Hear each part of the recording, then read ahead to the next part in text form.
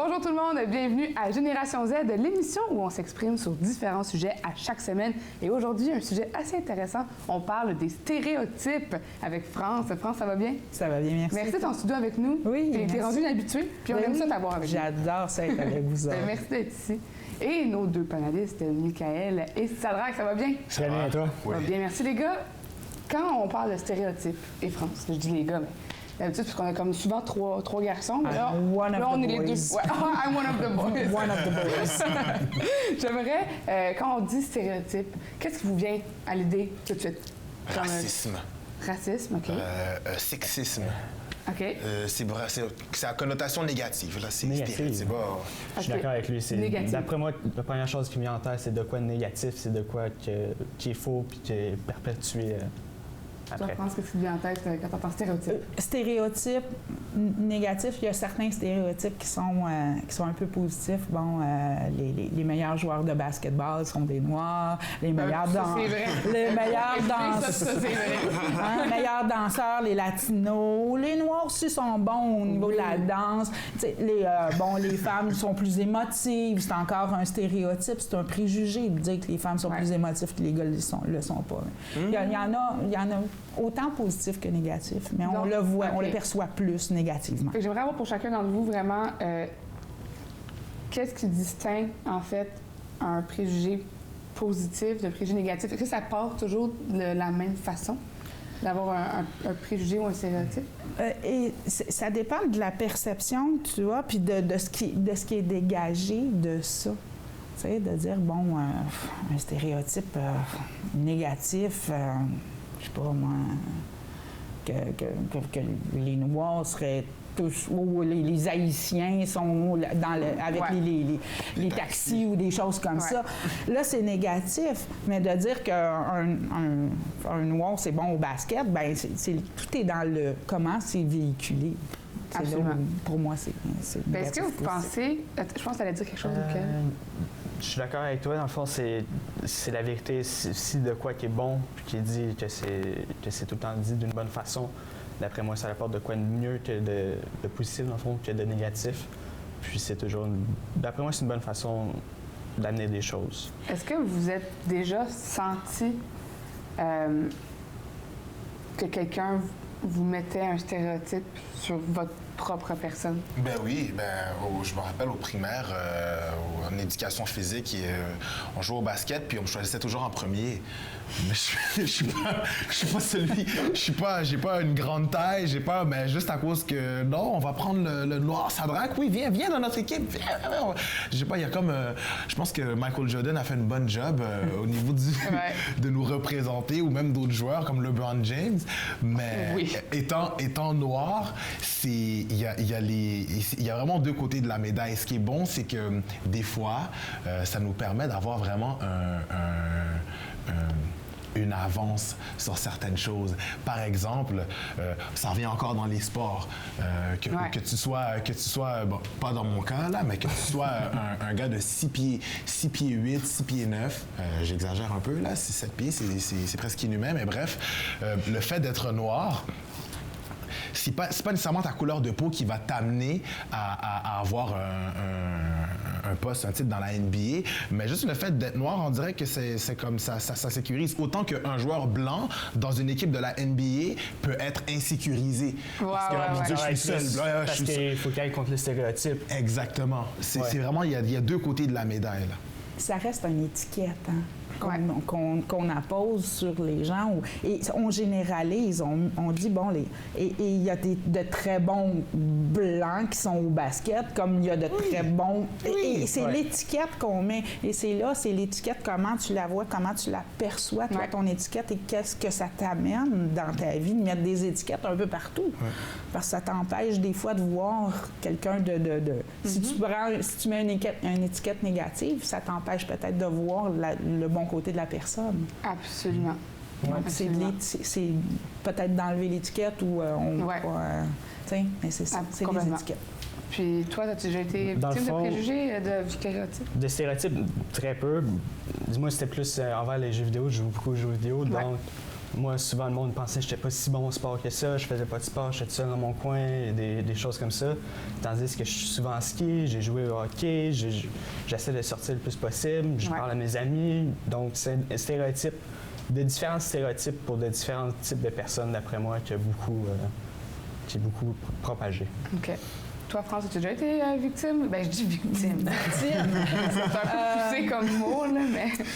Ben, j'ai toujours été très grande, donc un peu tomboy, puis les gens avaient comme peur de moi parce que j'avais une carrure, puis ils m'avaient catégorisé dans la catégorie des filles tough, mais dans le fond, j'étais comme un petit... Parce que j'étais grande puis j'étais carrée, ben j'avais le stéréotype de t'es tough puis on veut pas te faire peur, tu sais. Mais j'étais douce comme une image. Complètement. J'ai toujours été. C'est des stéréotypes, ça va jusqu'aux blondes. Moi, le nombre de blagues que je me suis fait dire, je suis blonde. Mais ce n'est pas, je m'excuse, mais ce n'est pas ma couleur naturelle.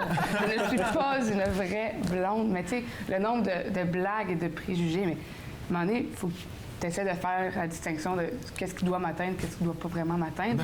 Mais est-ce que vous pensez, par exemple, il faut avoir une certaine ouverture d'esprit, je peux dire ça comme ça, parce que j'imagine que, je ne sais pas pour vous, mais moi, je pense que certains stéréotypes préjugés peuvent énormément blesser et peuvent marquer. Oui.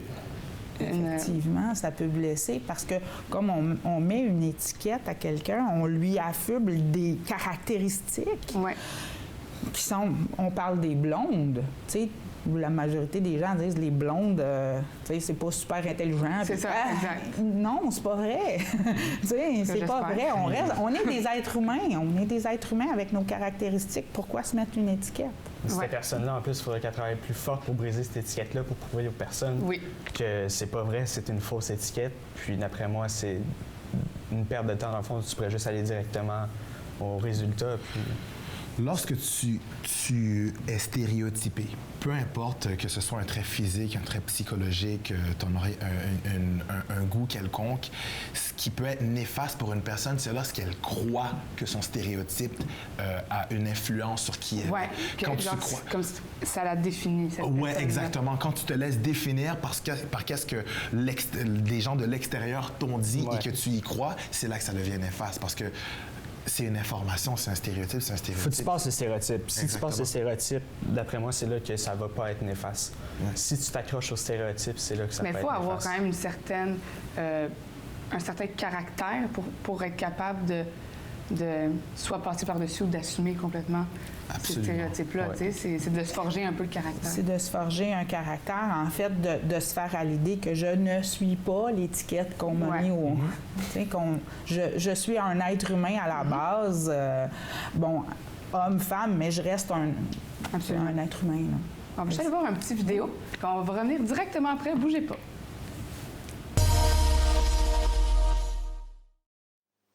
On parle de discrimination quand un groupe de personnes est défavorisé selon un critère comme sa couleur de peau, sa religion ou son sexe. La discrimination crée des inégalités. Par exemple, réserver certains emplois aux blancs, c'est une forme de discrimination appelée racisme. C'est pourquoi, le 21 mars, c'est la journée internationale pour l'élimination de la discrimination raciale. Alors, comment une discrimination peut-elle être positive ? La discrimination positive s'oppose à la discrimination tout court. Elle favorise des groupes qui ont tendance à être désavantagés.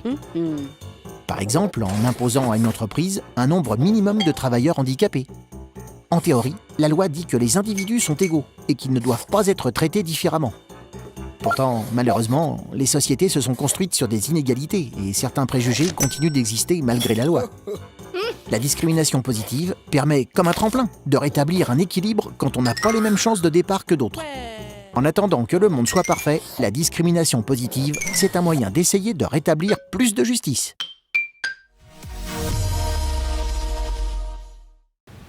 On est de retour et on parle de stéréotypes aujourd'hui. France, hors honte, on se parlait comme ça. J'aimerais ça que tu poses la question qu'on s'est parlé. Oui. En fait, les gars, j'aimerais savoir, est-ce que vous êtes conscients de l'impact des stéréotypes que ça a autant sur vous que sur tous les gens qui vous entourent?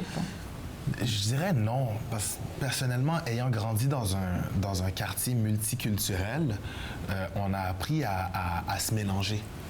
entre cultures. J'ai grandi... Moi, je suis d'origine haïtienne, mais toutes mes amies d'enfance sont d'origine arabe. J'ai grandi avec des Marocains. Donc, on n'avait pas cette conception, ni même cette pensée-là, parce que les personnes qui sont encore les plus proches de moi, c'est des personnes avec des arrière-plans différents. Donc, même jusqu'à aujourd'hui, je ne vois pas l'impact, malgré qu'il y en a quand même des stéréotypes, mais je ne l'ai pas vu l'impact parce que je ne l'ai pas exprimé. Vous êtes moins porté à mettre des stéréotypes sur les gens, ce que j'entends. Ouais, exactement. Ouais. Ouais. Puis moi aussi, dans le fond, l'impact, j'ai pas vu l'impact non plus. Moi, les stéréotypes, la façon dont je vois ça, c'est souvent des jokes qu'on passait entre les amis, puis c'était jamais de quoi qui avait un gros impact. OK. Ouais, c'est ça. Souvent, c'est plus des blagues qu'autre chose. C'est clair, des fois, il y a des exceptions, là, certaines situations où est-ce qu'on peut voir que, à cause qu'il vient de tel pays, oh non, je l'aime pas, ou c'est sûr, ça, il va toujours en avoir. Mais entre amis, c'est tout le temps des blagues. Ouais. C'est tout le temps des blagues. Mais tu sais, des fois, on dit « Ah, une blague avec un petit fond de vérité. » Tu sais, Oui. ça peut être ça aussi. Tu fais une blague, mais sans vouloir un peu comme dévoiler tout le monde. Je pense que tout le monde, quand on fait une petite blague, un mini soupçon fond de vérité. Un fond de C'est pas vérité. Mais même là, ça va avec qu'est-ce que tu es capable de dire avec tes amis. Absolument, absolument. Si tes amis sont capables de le prendre, puis tout c'est le kit. susceptible, tu sais, je veux dire, à un moment donné. En même temps, tu as la perception, toi, tes perceptions, tes préjugés, tout, tu sais, ton bagage à toi, comment la perception de l'autre va t'impacter dans ça. En fait, le préjugé ou le stéréotype, c'est de la généralisation aussi. Hein? On va vraiment dire, bien, ils sont tous pareils. Ouais. Est-ce qu'on est tous pareils? Non. On Non. est chacun unique. Donc, c'est d'aller voir au-delà du stéréotype. Est-ce que vous pensez que les stéréotypes sont plus présents à l'adolescence qu'à l'âge adulte? Tu sais, souvent, tu sais, on parle des blondes. On dirait que, dans ma tête à moi, en tout cas, à un certain âge, on dirait qu'on efface un petit peu certains stéréotypes. Je sais pas si pour D'après vous... moi, ça va durer tout le long parce que c'est vraiment, même rendu adulte, il faut que tu prouves souvent que, exemple des blondes, il faut que tu prouves que t'es pas moins intelligent que les autres, peu importe. Ça va pertiner aussi en adolescence jusqu'à l'adulte. Puis ça aussi avec le basketball, c'est rendu à l'âge adulte, il faut que tu prouves que t'es la même qualité que les autres ou t'es comme les autres dans le fond. Ouais, c'est vraiment, ça fait vraiment partie de la race humaine. Ouais. C'est comme j'ai entendu une belle citation là. Je pense à propos de le racisme ou des stéréotypes, c'est une maladie littéralement. C'est une maladie humaine. Pourquoi est-ce on se laisse autant mener par ça? Pourquoi est-ce que c'est nous qui en décide comme ça. Oui, c'est absolument. C'est la faute de personne que la nôtre. Là. Ben, et oui, puis là, je ne vais pas remettre la faute, mais il y a beaucoup les médias qui mettent les stéréotypes, qui établissent les stéréotypes. Les petites cocottes, maintenant, on en jasait dans une autre émission, là, le gars aussi avec le six-pack, puis ce genre de stéréotypes-là. Les douchebags. Les douches. Et les médias font beaucoup les stéréotypes dans ce domaine-là. Ils promouvoient Dans le fond, qu'est-ce que les médias ils lancent aussi, c'est qu'est-ce que le monde veut leur regarder. Et si le monde veut leur regarder beaucoup de stéréotypes, c'est ça qui amène parce qu'il y a comme une demande. L'offre et la demande, C'est ça, exact. Il y a une certaine demande, j'imagine, qui est juste naturelle. Je trouve dans un pays comme le Canada, surtout à l'époque où est-ce qu'on est en ce moment, on doit faire très attention parce que l'immigration, on commence vraiment à avoir des portes plus ouvertes à l'immigration et à des nouvelles ou même on voit, on sort de l'ethnie là, mais vraiment la diversité en général. Et c'est là qu'il faut être conscient. Justement, tu parlais de médias, de ce que les médias nous projettent, mais nous, en tant que personne, on doit être conscient de ça. Ce que tu achètes Tu sais, ce qui est proposé par les médias, ce que tu achètes, toi, dans tes convictions, dans ta façon de voir la vie, puis de la mettre ou de ne pas la mettre, l'étiquette. Puis ça, c'est depuis... on parlait des gens de Montréal versus les gens de région. Les femmes, avec des postes... haut placés, des présidents de compagnie. Bon, avant, c'était pas des... Une femme qui était rendue, c'est parce que, hey, boy, avait dû... Oui, il y a beaucoup de barrières qui ont été brisées. Effectivement. Une progression qui s'est passée depuis, dans le fond, les années passées. Il y a beaucoup de progrès, puis beaucoup d'autres progrès à venir aussi. C'est quoi, en fait, selon vous, les moyens qui seraient les plus efficaces pour éliminer ces stéréotypes-là? Ça serait de le vivre. Le vivre? Vraiment, oui. Le vivre. Quand que tu vis l'expérience d'être stéréotypé, maintenant, tu sais à quoi t'attendre lorsque tu émets un préjugé et tu es conscient. Je pense que le vivre t'amène une conscience de plus que lorsque tu le vis pas. Parce que si tu le vis pas, tu vas en émettre. On a tous des préjugés. On va se le cacher, là, on en a tous. Non, on en a tous. C'est un mensonge de dire que personne n'a de préjugés. Exactement. Mais c'est avec ce bagage-là, quand tu es dans une position où est-ce que, OK, non, je l'ai vécu, je sais qu'est-ce que ça fait. Parce que tu l'as senti. Donc, on peut vraiment avancer. D'après moi aussi, pas juste le sentir, juste le démontrer aussi. Informer les gens à propos des stéréotypes. Informer que c'est pas une vérité pure, que c'est souvent des cas d'exception. Que c'est des cas uniques pour chaque personne aussi. Absolument. Moi, je dirais s'observer en tant que personne, parce que tout part de soi. Donc, s'observer dans ses propres préjugés, de voir comment, est-ce que j'ai un préjugé face à telle ou telle personne ou telle situation. Alors, s'observer et puis peut-être changer son optique. Mm-hmm. Donc, si je pars par moi pour changer moi-même, ben ça va faire des petites vagues, puis ça va peut-être changer, jaser avec tes chums, en discuter, en parler avec ton entourage. Ouais. Mais je pense qu'au niveau de la discussion, c'est ça. Puis de l'observation de soi. Absolument. Il y a un gros travail à faire là-dessus, par exemple. Le premier, c'est envers soi-même. C'est ça. Bien, on va prendre une petite pause. On va aller voir un Vox Pop qu'on a fait et on revient directement après. Est-ce que tu trouves que les stéréotypes sont juste négatifs ou il y en a qui peuvent être positifs aussi? J'ai pas entendu parler de stéréotypes positifs. Je peux dire, généralement, on entend surtout comme l'exemple, les Noirs sont bons au basket. C'est pas nécessairement vrai. Bien, c'est un peu négatif, il y en a qui peuvent vraiment passer ça, puis ça peut comme avoir des répercussions sur leur vie en même temps. Ben toi, t'es bon au basket parce que t'es noir nécessairement, puis ça peut amener. Je généralise un peu, ça peut peut-être amener genre du racisme avec ça, si on parle de ça. Ça négatif, dans un sens que, admettons, même les blancs peuvent être bons au basket, mais positif dans un sens que, comme première impression, tu vois un noir, je sais pas, il est plus valorisé comme son sport, je sais pas si tu me comprends.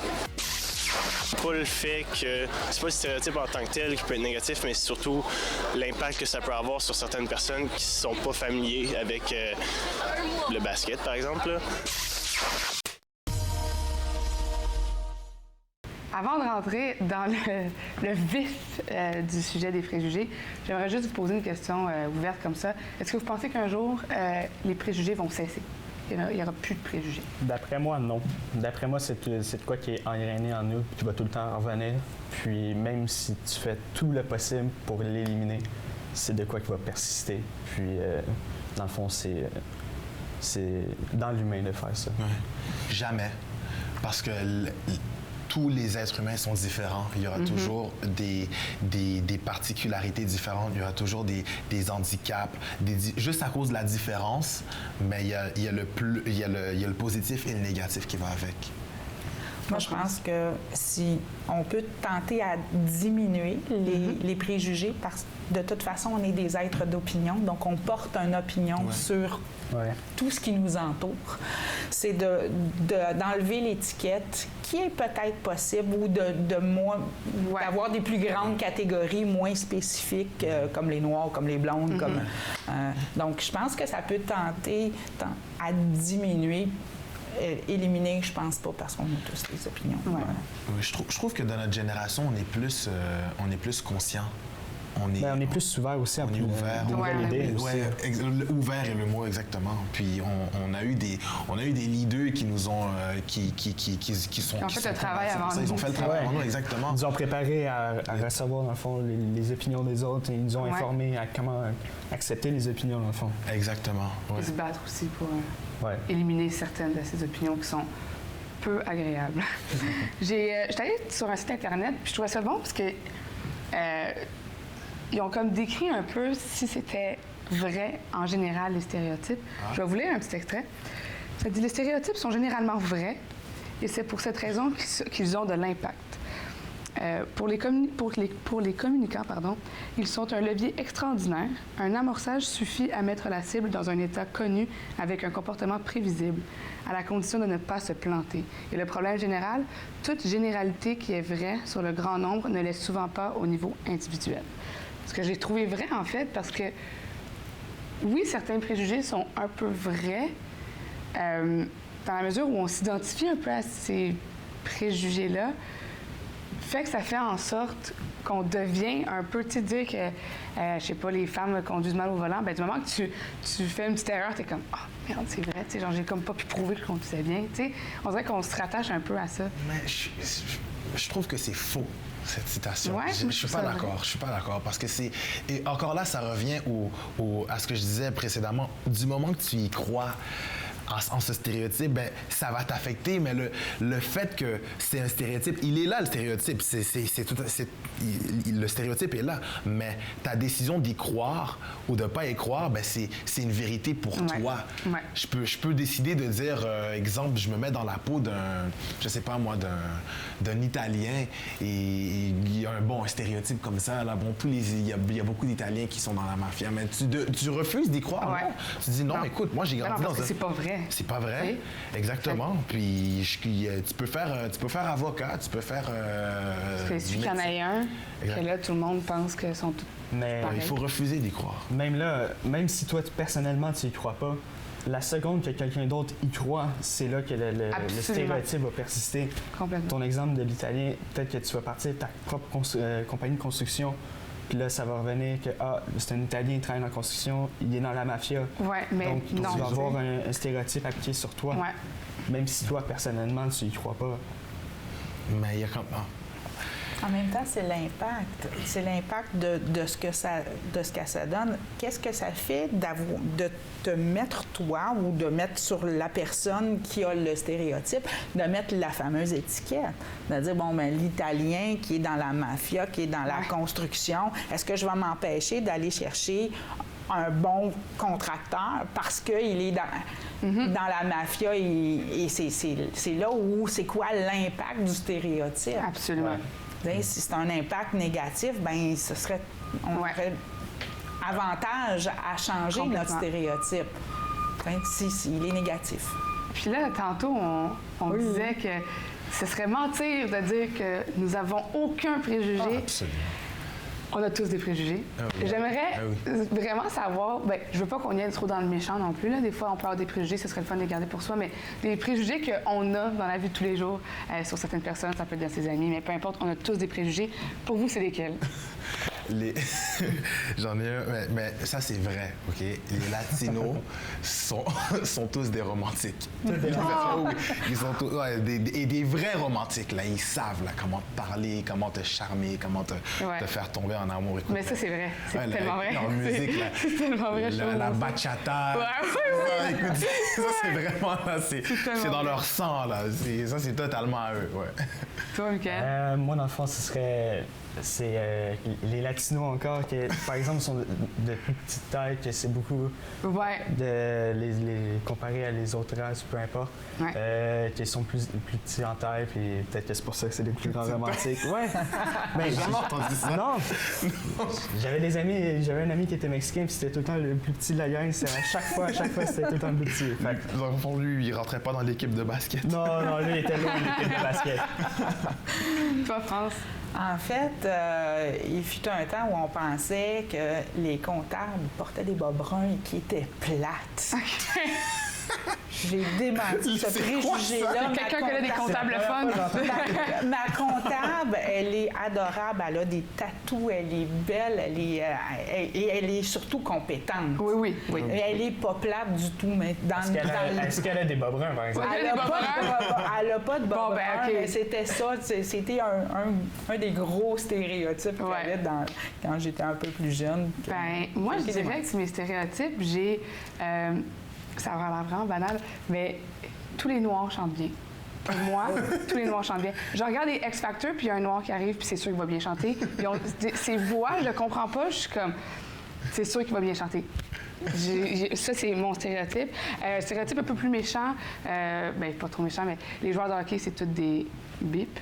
C'est tous des... c'est tous des infidèles, on va dire ça comme ça. Ben, tu sais, moi, je sors avec un joueur de hockey. Un joueur de hockey, puis il est vraiment pas... il est vraiment bien à sa place, là. Il n'y a pas trop de vécu non plus, tu sais, tout va bien, là. Fait que c'est surtout ces préjugés-là que j'avais... Moi, je l'avais au début, là. J'avais au début, avant de sortir avec mon copain, là, je l'avais. Puis il a prouvé le contraire, tu sais. Fait que souvent, il faut que tu... C'est d'aller au-delà. Ouais, c'est d'aller au-delà de l'étiquette. Dans le fond, c'est de donner la chance. Donner la chance à personne de prouver le contraire au stéréotype. Exactement. Oui. Ben, c'était une belle discussion. Pas trop enflammée, juste assez. On part avec la tête plus vide parce qu'il faut avoir moins de préjugés, moins de stéréotypes, mais des fois, c'est sain d'en avoir un petit peu. Donc, merci beaucoup d'avoir été avec nous, France. Ça fut un énorme plaisir. Merci. Mes deux panélistes, on se revoit la semaine prochaine. Et on se revoit tout le monde la semaine prochaine pour une nouvelle émission de Génération Z. Bye tout le monde!